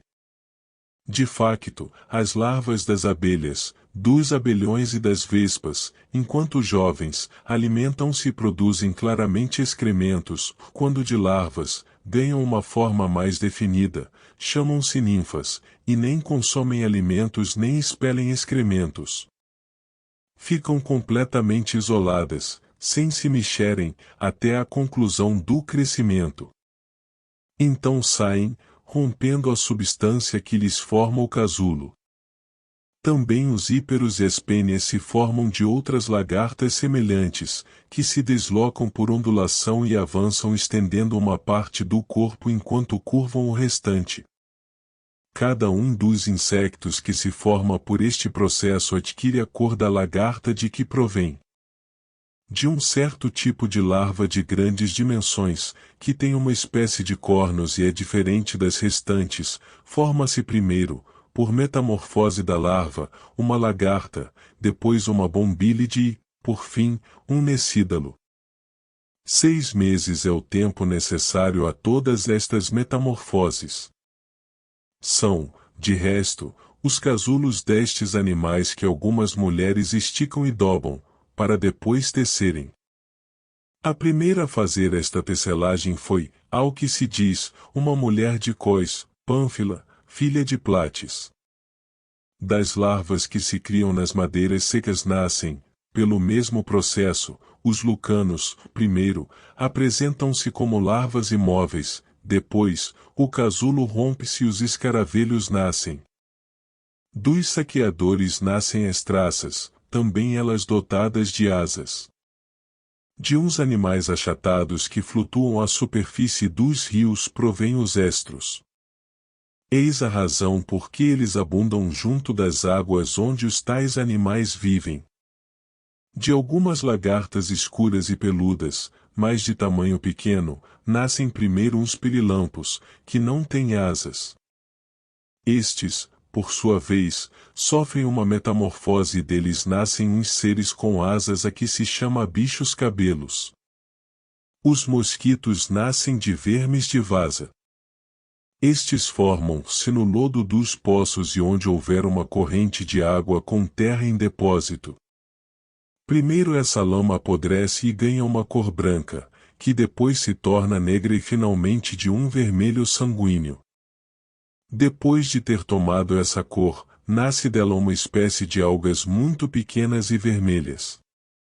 Estas, durante um certo tempo, agitam-se presas ao lodo, depois soltam-se e são levadas pela corrente, ou são os chamados vermes de vaza. Poucos dias depois, esses vermes mantêm-se à superfície da água, direitos, imóveis e duros, após o que o casulo se abre e o mosquito fica pousado em cima, até que o sol ou o ar quente o ponham em movimento. A partir dessa altura começa a voar. De resto, em todas as outras larvas, ou em todos os seres que provêm de larvas e que rompem o casulo, o princípio do seu movimento está relacionado com o sol ou com o ar quente. Os vermes de vaza desenvolvem-se em maior quantidade e mais rapidamente nos sítios onde se deposita todo o tipo de matérias, como acontece em Mégara nos terrenos de cultivo. Porque é aí também que a putrefacção tende a operar-se mais depressa. É no outono que esses vermes se formam em maior número, porque é nessa estação que a umidade é menor. As carraças nascem da graminha, os besoiros, das larvas que se formam na bosta dos bois e nas fezes dos burros. Os escaravelhos hibernam enfiados nos excrementos, de que fazem uma bola onde depositam pequenas larvas de que nascem novos escaravelhos. Surgem também, das larvas que se formam nos legumes, animais alados pelo processo que descrevemos. As moscas provêm de larvas que se criam no estrume, à medida que este se vai apartando. Eis porque quem se ocupa dessa tarefa se esforça por separar o que já está bem misturado, e disse então que o estrume está no ponto ideal. O embrião das larvazinhas é minúsculo. Primeiro aparecem, nesta fase, uns pontinhos vermelhos, como se tivessem sido pintados de carmesim, que entretanto deixam de estar imóveis e ganham movimento. Deles sai uma larvazinha imóvel, ou depois começa a mexer-se, embora ainda volte a passar por nova fase de imobilidade, ou dela forma-se a mosca na sua forma final, que se põe em movimento quando houver ar quente ou sol. Os moscardos nascem da madeira, os tavões, de pequenas larvas, por um processo de metamorfose, estas, por sua vez, formam-se nos talos das couves. As cantáridas nascem das lagartas que se encontram nas figueiras, nas pereiras e nos pinheiros, já que em todas estas árvores nascem larvas, como também das lagartas da roseira brava, são atraídas por substâncias mal cheirosas, porque é desse tipo de matéria que provém. Os mosquitos têm origem nas larvas que se formam nas borras do vinagre. Mas mesmo nas substâncias tidas na conta de menos corruptíveis se podem produzir seres vivos, como é o caso da neve já caída há algum tempo. De facto, com o tempo a neve fica avermelhada e por isso as larvas tornam-se da mesma cor e são peludas. As que nascem da neve que se acumula na média são grandes e brancas. Todas elas se movem com dificuldade. Em Chipre, onde se fundem as pirites de cobre pondo gás a queimar durante vários dias, aí se formam, do fogo, uns animais, um pouco maiores do que as moscas grandes, com asas, que saltam e caminham através do fogo. Estas larvas morrem-se separadas umas do fogo, as anteriores da neve. Mas a faculdade que alguns animais têm de serem constituídos de forma a não se queimarem é também comprovada pelo exemplo da salamandra, esta, ao que se diz, se atravessa o fogo, extingue-o a sua passagem. Nas águas do Ípanis, o rio que corre na região do Bósforo Cimério, no solstício de verão, vê-se a flutuar na corrente uma espécie de saquinhos, maiores do que bagos de uva, de onde sai, quando se rasgam, um ser alado com 4 patas. Mantém-se vivo e a voar até ao pôr do sol e, quando o sol se põe, enfraquece e morre, com o próprio ocaso, depois de durar apenas um dia, ou daí lhe vem o nome de efêmero. A maior parte dos seres que nascem de lagartas ou de larvas são primeiro suportados por uma espécie de fios de aranha. É assim que se reproduzem estes animais.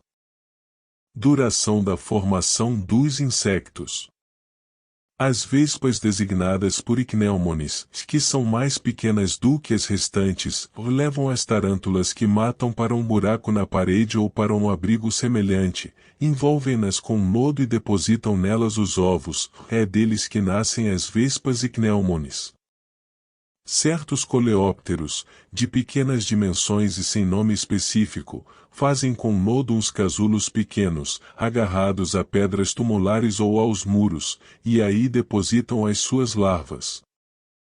O período de formação, do princípio ao fim, é, na maior parte dos insectos, de cerca de 3 ou 4 semanas. Mas para as larvas ou seres do tipo da larva é, na maioria dos casos, de 3 semanas, para os ovíparos, de 4 semanas, em geral. Neste último caso, a formação do ovo acontece nos 7 dias subsequentes ao acasalamento, ou nas 3 semanas a seguir, os ovos são chocados pelos progenitores e as crias geradas irrompem, como acontece com as crias da aranha e de outros insectos semelhantes. As metamorfoses, na maioria dos casos, processam-se ao fim de 3 ou 4 dias, o que corresponde à duração das crises nas doenças. É este o modo de reprodução dos insectos. Morrem quando as suas partes encarquilham, como acontece também com os animais maiores quando envelhecem. Na época em que os insectos alados chegam ao fim, no outono, as asas contraem cílios, e nos moscardos, simultaneamente, os olhos enchem cílios de água. Formação das abelhas. Sobre a reprodução das abelhas as opiniões dividem-se. Há quem diga que elas não geram nem acasalam, e que trazem a semente de fora, segundo uns, vão buscá-la à flor do calintro, segundo outros, à flor do cálamo, ou outros ainda, à da oliveira, e estes últimos alegam que, no caso de a produção da azeitona ser abundante, aparecem também enxames em quantidade. Há quem diga, por outro lado, que o que elas vão buscar a uma das proveniências que referimos é a semente dos zangãos, mas que a das abelhas é produzida pelas rainhas.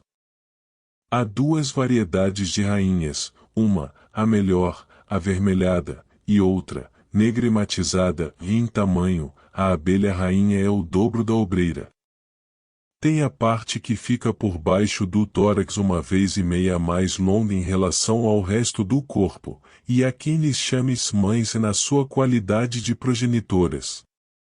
Uma prova em favor desta hipótese está em que a semente dos zangãos aparece mesmo que não haja rainha, e a das abelhas não.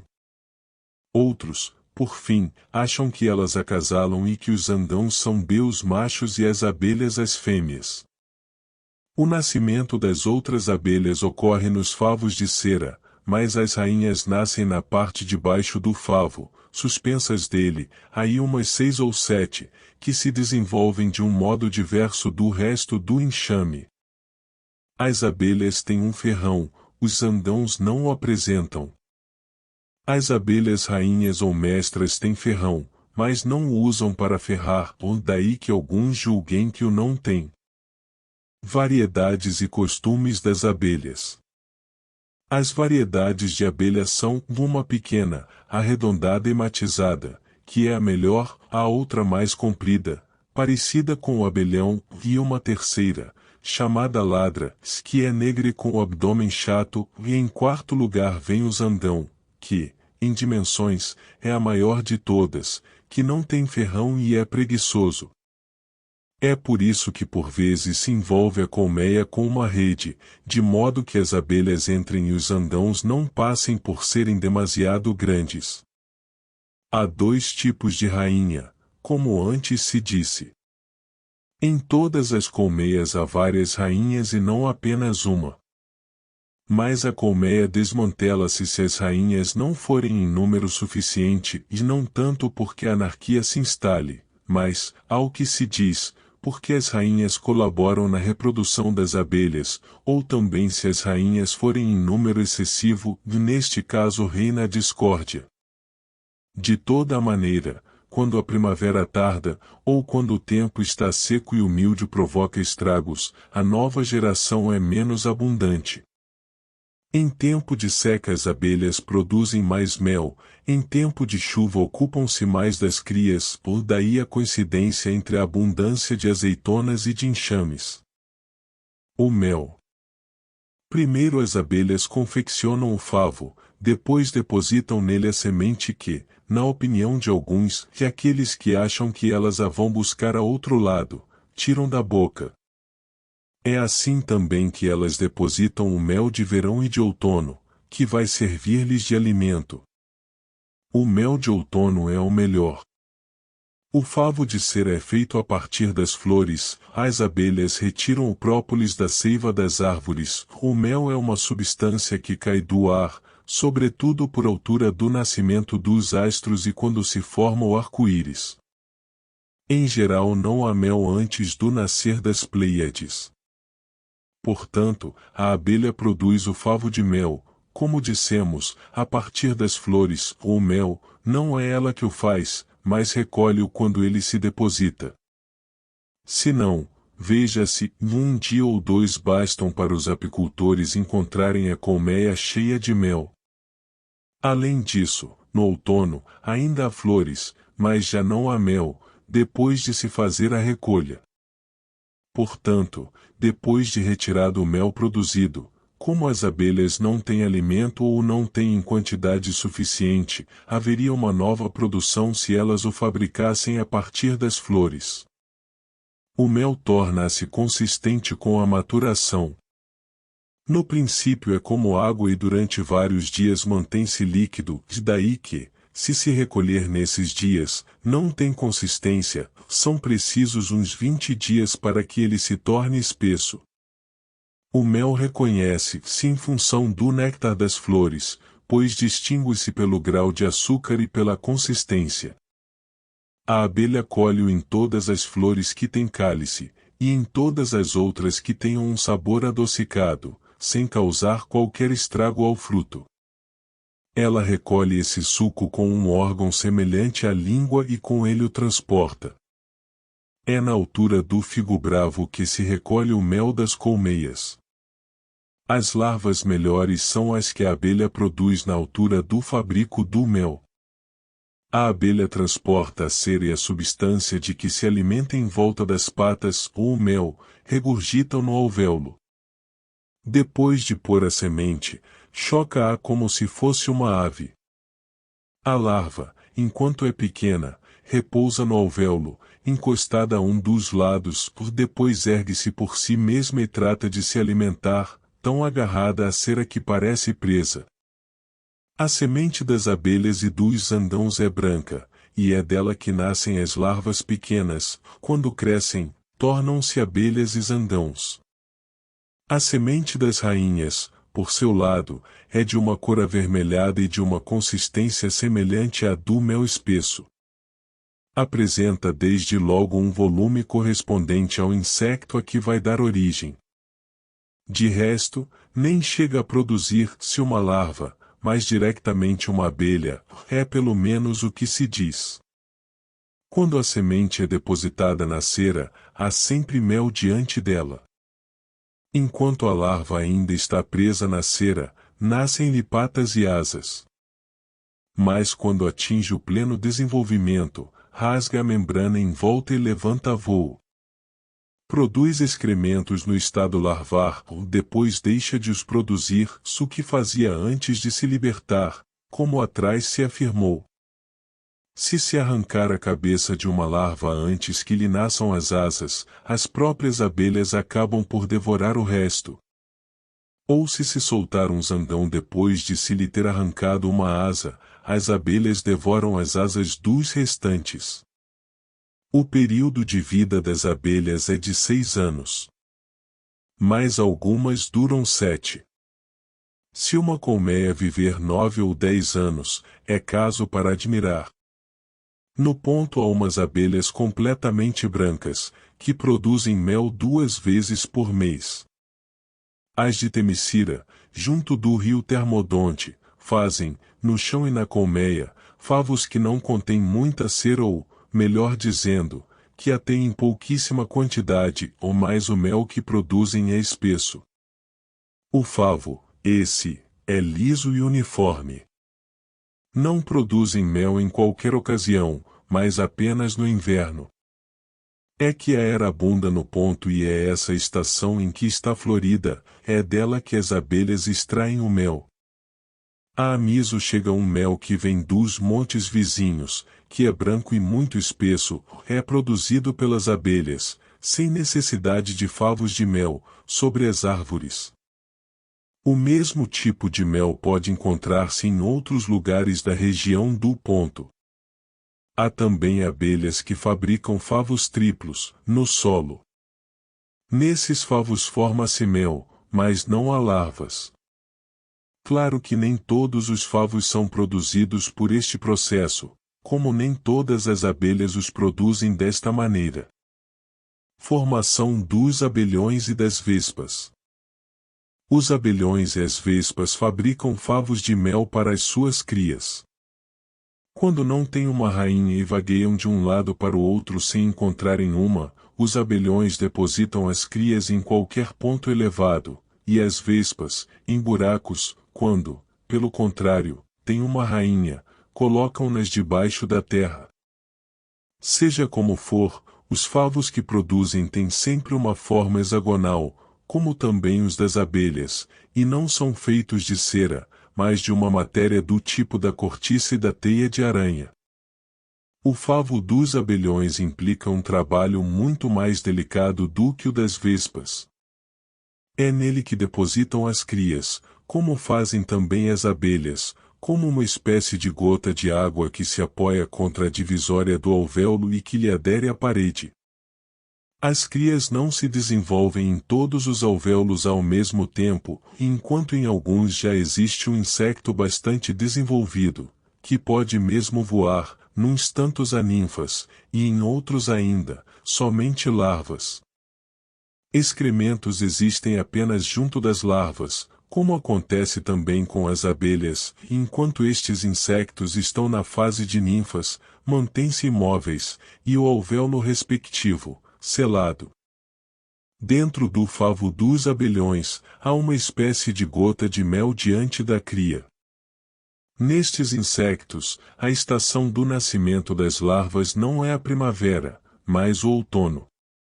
O crescimento por que passam é sobretudo visível em tempo de lua cheia. As crias e as larvas estão presas não à parte de baixo do alvéolo, mas de lado. Formação dos moscardos. Alguns insectos da família dos moscardos fabricam, de encontro a uma pedra ou a algo parecido, um ninho de lodo pontiagudo, que colam com uma espécie de saliva. A massa produzida é muito compacta e dura, de modo que dificilmente se penetra, mesmo com uma ponta aguçada.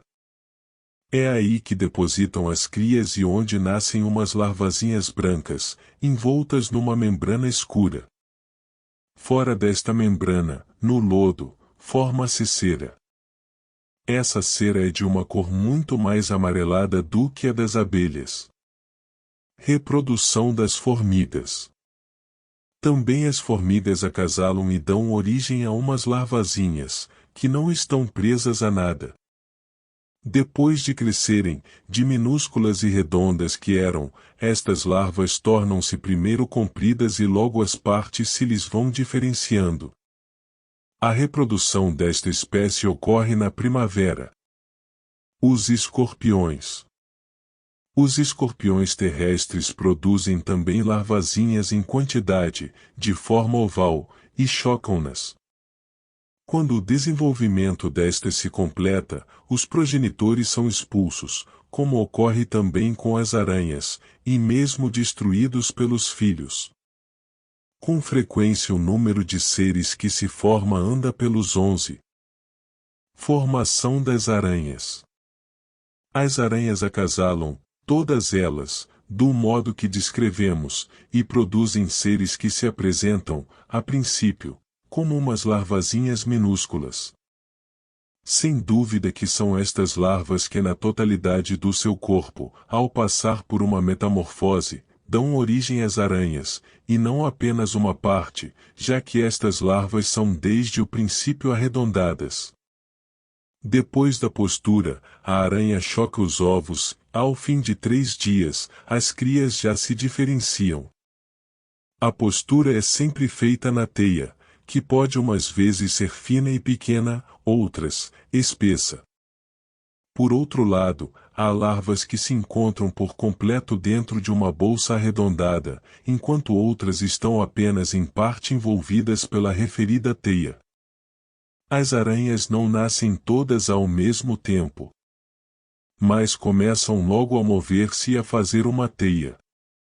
Há uma serosidade idêntica nas larvas, se as esmagarmos, à das próprias aranhas recém-nascidas, que é espessa e esbranquiçada. As aranhas dos prados põem primeiro numa teia, de que uma metade está ligada ao seu próprio corpo, e a outra presa no exterior. É lá que elas chocam e fazem nascer as suas crias. As tarântulas, por seu lado, entrelaçam um cesto compacto, onde põem os ovos e os chocam. As crias das aranhas lisas são menos abundantes, as das tarântulas, muito numerosas. Depois que os animais novos crescem, põem-se em volta da tarântula mãe, expulsam-na e liquidam-na, e por vezes actuam com o macho de forma semelhante, se o apanharem, porque ele colabora com a fêmea na incubação dos ovos. Pode acontecer que o número de crias que cercam uma só tarântula chegue a 300. As aranhas pequenas atingem o seu pleno desenvolvimento em cerca de 4 semanas. Formação dos gafanhotos. Os gafanhotos acasalam do mesmo modo que os outros insetos, pondo-se o mais pequeno, que é o macho, sobre o maior. As fêmeas põem os ovos no solo, depois de nele terem enfiado as púas que têm perto da cauda e que os machos não possuem. Os ovos que põem formam uma massa compacta, que é depositada num mesmo sítio, de modo que mais parecem um favo de mel. A seguir a postura, nessa massa formam-se larvas ovoides, que são envolvidas por uma camada fina de terra, como se fosse uma membrana. É lá que se processa o seu desenvolvimento.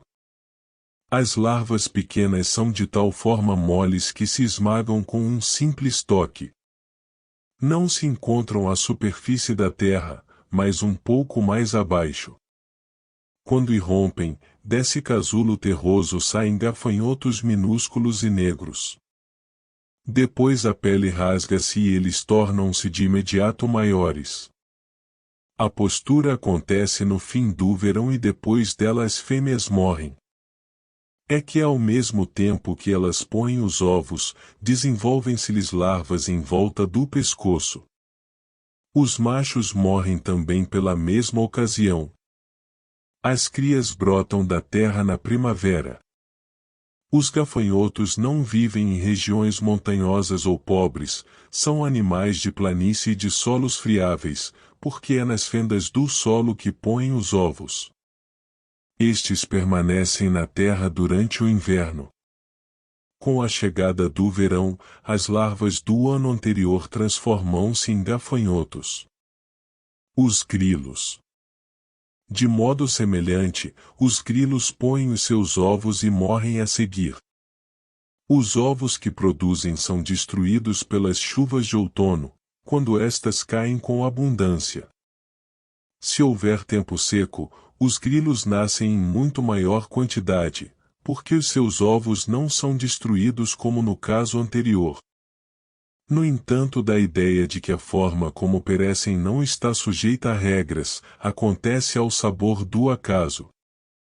As cigarras. Entre as cigarras há duas variedades, umas pequenas, que são as primeiras a aparecer e as últimas a morrer, outras grandes, as cantadeiras, que nascem mais tarde e morrem mais cedo.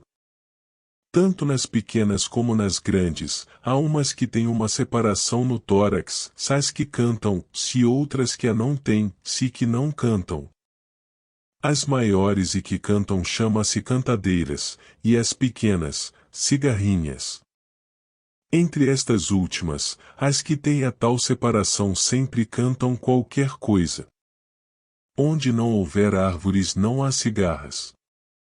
Assim, em Cirene, não as há na planície, mas em contrapartida são muitas em volta da cidade, sobretudo nos olivais. É que as oliveiras não produzem grande sombra.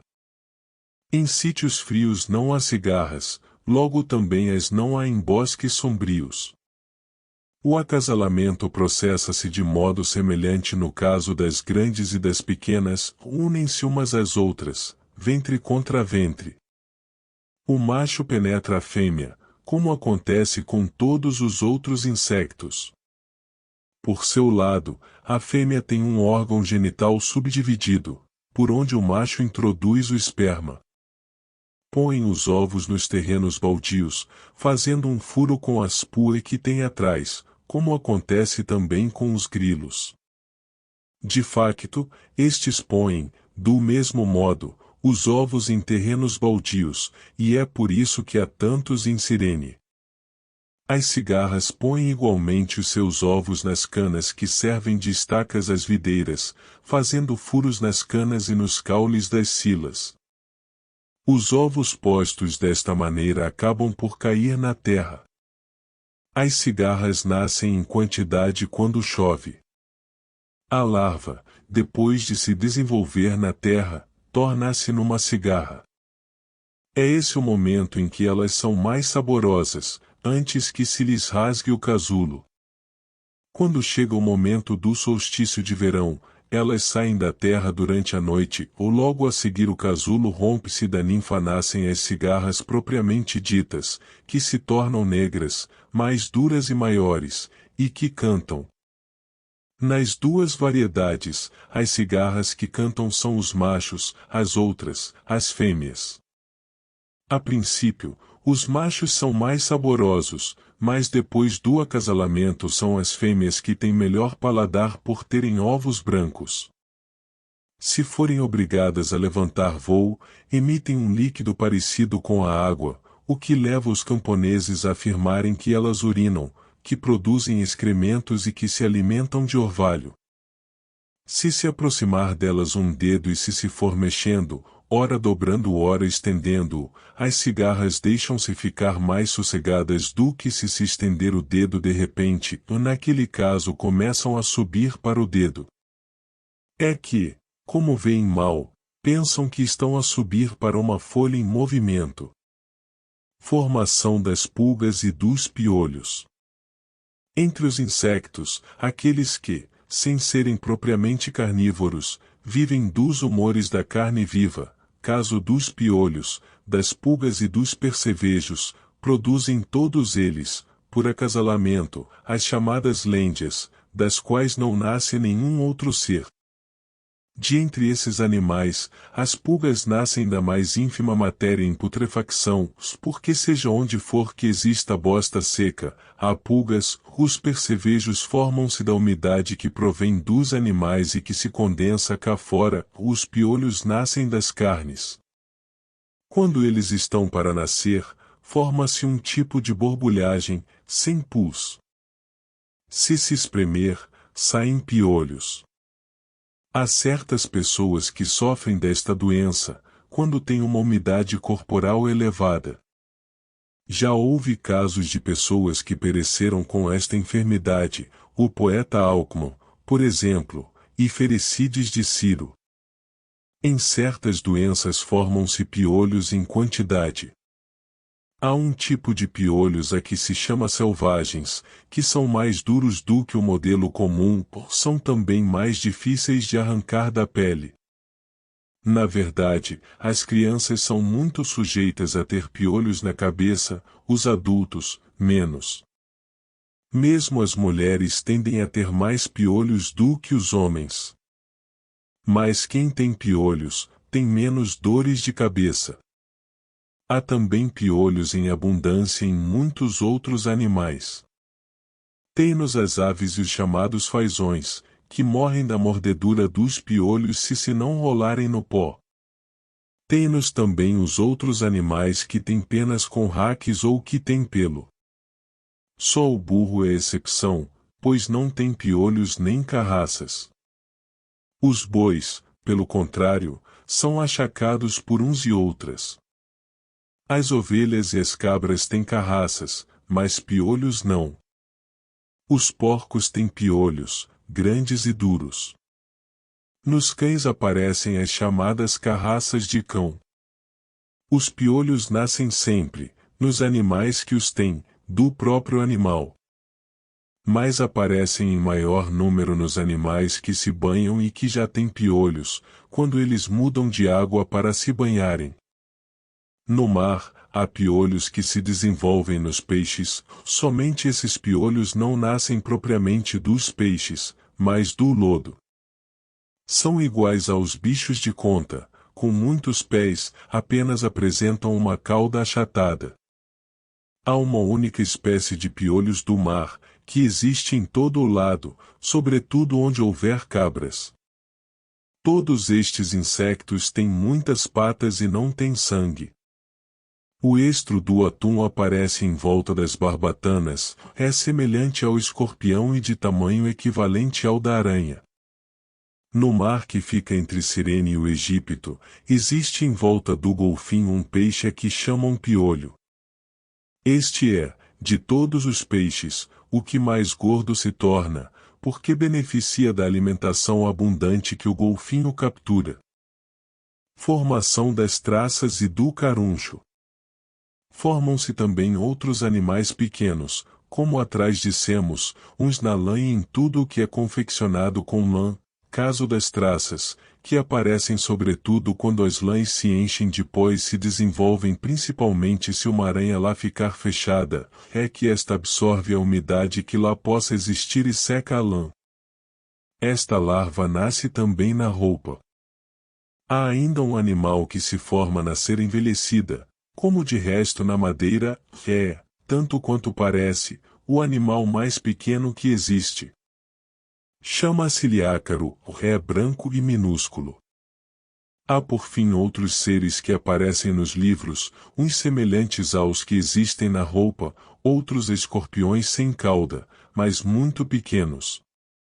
De um modo geral, animais destes desenvolvem-se praticamente em todo o tipo de matérias secas que se tornam úmidas, ou vice-versa, desde que lhes proporcionem meios de subsistência. Há também uma larva pequena que se dá o nome de caruncho, o mais estranho de quantos animais existem. Assim, projecta do casulo uma cabeça matizada e tem os pés na extremidade do corpo, como aliás todas as outras larvas, o resto do corpo, porém, parece envolvido por uma túnica, tipo teia de aranha, e à sua volta há palhinhas, como se o animal as agarrasse ao andar. Mas na verdade estas palhinhas fazem parte do invólucro. Como o caracol tem uma concha, assim todo este conjunto pertence à larva e não cai, tem de ser arrancado como parte integrante do animal. Se lhe tirar o invólucro, morre e fica liquidado, como o caracol sem a sua concha. Com o passar do tempo, esta larva transforma-se em crisálida, como acontece com as lagartas, e vive numa completa imobilidade. Mas qual é o animal alado que nasce desta crisálida é algo ainda não apurado. Os frutos das figueiras selvagens têm dentro o que se chama a vespa do figo. Este insecto começa por ser uma larva pequena, ou depois o invólucro rasga-se e a vespa do figo sai e levanta voo. Introduz-se então nos figos das figueiras domésticas pelos orifícios que elas tiverem e impede os figos de cair. É esta a razão por que os agricultores amarram figos selvagens nas figueiras domésticas e perto delas plantam figueiras selvagens.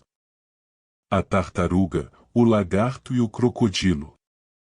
As crias dos quadrúpedes sanguíneos ovíparos nascem na primavera, mas o acasalamento não se faz, em todas as espécies, na mesma ocasião, ora ocorre na primavera, ora no verão, ou mesmo no outono, de acordo com o tempo necessário para que as crias nasçam na estação mais conveniente. Assim, a tartaruga põe ovos de casca dura e de duas cores, como os das aves, depois de os pôr, enfia-os num buraco e calca a areia por cima. Depois deste procedimento, volta de vez em quando para se lhes pôr em cima e os chocar. Os ovos eclodem no ano seguinte. O cágado sai da água para pôr os ovos, abre um buraco em forma de túnel, onde põe os ovos e ali os deixa. Depois de os lá ter abandonado menos de 30 dias, desenterra-os, parte-os rapidamente e leva as crias de seguida para a água. As tartarugas vêm também desovar a terra e os seus ovos são parecidos com os das aves domésticas. Enterram-nos e chocam-nos durante a noite. Põem ovos em grande quantidade, num número que pode chegar a 100. Também os lagartos e os crocodilos, terrestres ou de rio, põem os ovos em terra. Os ovos do lagarto eclodem sozinhos, no chão. Um lagarto não dura mais de um ano, ou na verdade, é costume dizer-se que a existência do lagarto tem a duração de 6 meses. O crocodilo de rio põe um grande número de ovos, uns 60 como máximo, são de cor branca e o animal fica a chocá-los durante 60 dias, já que também o seu período de vida é longo. Desses ovos, que são muito pequenos, nasce uma cria que é enorme. De facto, o ovo não é maior do que o do ganso, e o animal que dele eclode tem um tamanho equivalente. mas quando se desenvolve pode chegar aos 17 covados. Há mesmo quem diga que o crocodilo cresce ao longo da vida inteira. Serpentes e víboras. Entre as serpentes, a víbora dá à luz um ser vivo, mas antes forma-se-lhe no interior um ovo. Este, como acontece com os dos peixes, é por dentro de uma só cor e de casca mole. A cria forma-se-lhe na parte superior e não está fechada numa casca calcária, de modo também idêntico ao que acontece nos peixes. A fêmea gera víboras pequenas dentro de membranas, que se rompem ao fim de 3 dias.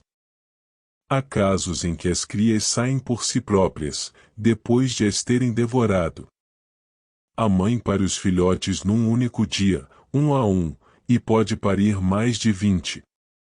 As outras serpentes são exteriormente ovíparas e os seus ovos, ligados uns aos outros, parecem colares. Depois de pôr os ovos no solo, a fêmea choca-os. E também esses ovos eclodem no ano seguinte. Parabéns por chegar até o final deste audiolivro. Nós gostaríamos que você compartilhasse o seu saber conosco, escrevendo nos comentários do vídeo sobre os assuntos abordados no livro, para podermos debater ideias, insights e sugestões. Se você gostou do livro, deixe seu like e inscreva-se no nosso canal para não perder nenhum audiolivro. Obrigado por fazer parte da nossa comunidade.